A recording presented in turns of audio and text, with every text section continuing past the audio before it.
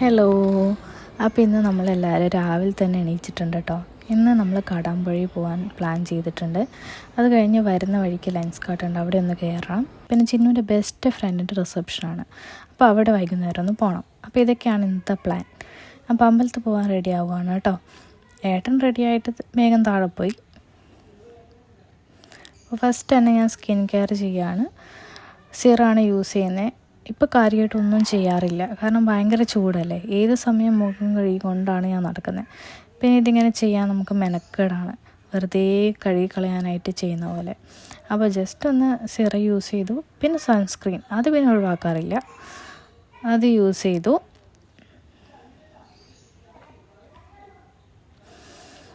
പിന്നെ ജസ്റ്റ് ഒന്ന് കണ്ണെഴുതി. കുറേ കാലമായി കണ്ണൊക്കെ എഴുതിയിട്ട്. പൊതുവേ ഇപ്പോൾ പുറത്ത് പോകുമ്പോൾ കണ്ണെഴുതാൻ തോന്നില്ല, ചൂടാണ് ഒന്നാമത്തെ കാര്യം. പിന്നെ അത് കഴിഞ്ഞ് ലിപ്സ്റ്റിക്ക് ഇട്ടിട്ടാണ് ഞാൻ ലിപ്പ് ലൈൻ ചെയ്തത് കേട്ടോ. എനിക്ക് ആ ഷെയ്ഡ് ഭയങ്കര ഇഷ്ടമായിരുന്നു ലിപ്പ് ലൈനറിൻ്റെ. സോ അതിൻ്റെ കളറൊന്നും കൂടി എടുത്ത് അറിയാൻ വേണ്ടി ഞാൻ ലാസ്റ്റാണ് ലിപ്പ് ലൈൻ ചെയ്തത്.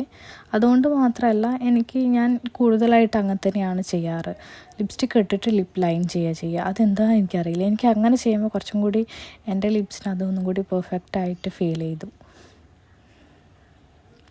അപ്പോൾ അതൊക്കെ കഴിഞ്ഞ് മുടി വെറുതെ ഫ്രീ ആയിട്ട് ഇടാൻ വിചാരിക്കുന്നു. ഇനി ഡ്രസ്സ് ചേഞ്ച് ചെയ്യണം. പിന്നെ പൊട്ട്, കമ്മൽ, അതൊക്കെ ഡ്രസ്സ് ഇട്ടിട്ട് ഇടാം. അങ്ങനെ ഞാൻ ജസ്റ്റ് വെറുതെ ഒന്ന് മുടി കെട്ടി, പക്ഷെ പോകുമ്പോഴത്തേക്ക് ഞാനങ്ങ് അഴിച്ചു മാറ്റി കേട്ടോ, ഫ്രീ ആയിട്ടത്. അങ്ങനെ അമ്മ, അച്ഛൻ, ചിന്നു എല്ലാവരും റെഡിയായി. അപ്പം ഞങ്ങൾ കണ്ണൂരിൽ നിന്ന് വരുമ്പോൾ കാർ എടുത്തിട്ടാണ് വന്നത്. സോ അപ്പോൾ നമുക്ക് കുറേ സ്ഥലത്തൊക്കെ പോകാനുള്ളതൊക്കെ നമ്മൾ കവർ ചെയ്തു.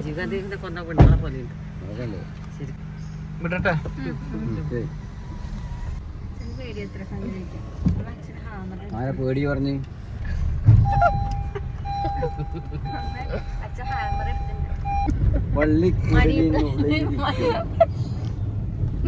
എന്താ ഇതെടുക്കാൻ വേണ്ടിട്ടാ നോക്ക്. അത് ഞാൻ ചിരിച്ചതാ, അതിന്റെ ഇടയ്ക്ക് അമ്മ ഓരോന്ന് പറഞ്ഞിട്ട്.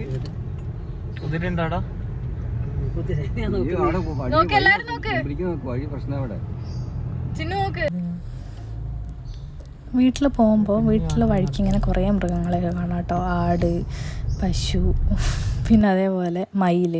ഇത് കണ്ടോ, മയിൽ പോകുന്ന വഴിക്ക് കണ്ടതാണ്. പിന്നെ നമ്മളെ കാറിലെ സ്വന്തം പൂച്ച അമ്മമ്മ വന്നതാണ്. പിന്നെ ഇത് കണ്ടോ, തണ്ണിമത്തൻ്റെ കൃഷി ചെയ്യുന്ന സ്ഥലം കേട്ടോ. അങ്ങനെ അവിടെ കുറേ പാടും വയലൊക്കെയാണുള്ളത്. ഇതെൻ്റെ വീടാണ് കേട്ടോ, ഷൊർണൂർ.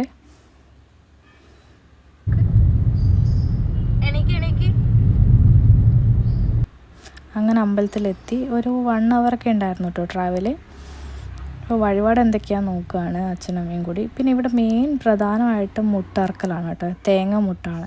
അപ്പോൾ ഓരോ ദേഹമുട്ട്, വിദ്യാമുട്ട്, സന്താനമുട്ട്, അങ്ങനെ കുറേ ഇതൊക്കെ ഉണ്ട് ഇവിടെ, ചടങ്ങുകളും അങ്ങനെ ഓരോ വഴിപാടുകളൊക്കെ ഉണ്ടെങ്കിൽ.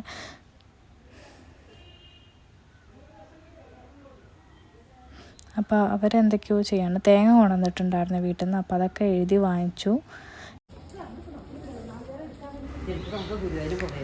അപ്പോൾ കാല് കഴുകിയിട്ട് അമ്പലത്തിലേക്ക് കയറാൻ പോവാണ് കേട്ടോ.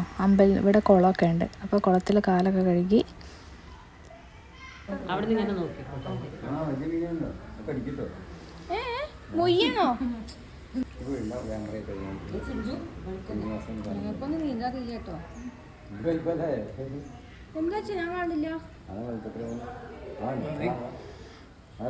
ഞങ്ങൾ ചെറിയ കുട്ടികളാകുമ്പോൾ ഇവിടെ വന്നിട്ടുണ്ട് ഈ അമ്പലത്തിൽ. ഞങ്ങൾ 4 പേരും കൂടിയിട്ട് ബൈക്കിലാണ് വന്നത്.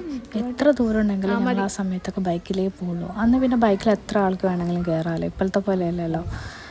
ചെറിയ കുട്ടികളാകുമ്പോൾ വലിയ പ്രശ്നമില്ലാണ്ട് ഞങ്ങൾ ഇങ്ങനെ എല്ലായിടത്തും പോവും.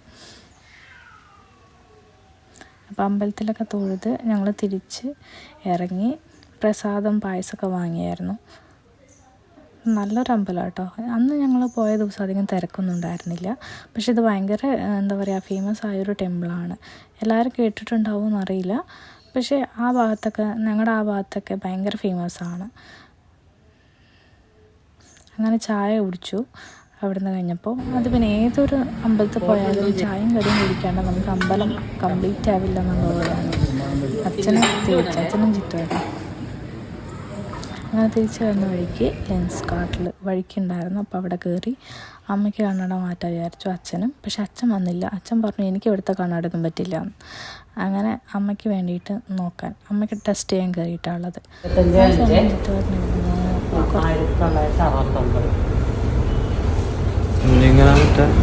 കാശ് നോക്കിയില്ല എന്ന് പറയുന്നത്. അമ്മയ്ക്ക് അവിടുന്ന് കണ്ണൊക്കെ ടെസ്റ്റ് ചെയ്തപ്പോൾ അത്യാവശ്യം നല്ല പ്രശ്നം ഉണ്ടായിരുന്നു. അപ്പോൾ അവിടുന്ന് വേറെ ഡോക്ടറെ കാണിക്കാമെന്നൊക്കെ വിചാരിച്ചു. ഇനിയും കഴിഞ്ഞില്ലേ. അത് കഴിഞ്ഞ് ഞങ്ങൾ തിരിച്ച് അവിടുന്ന് വീട്ടിലേക്ക് വന്നു.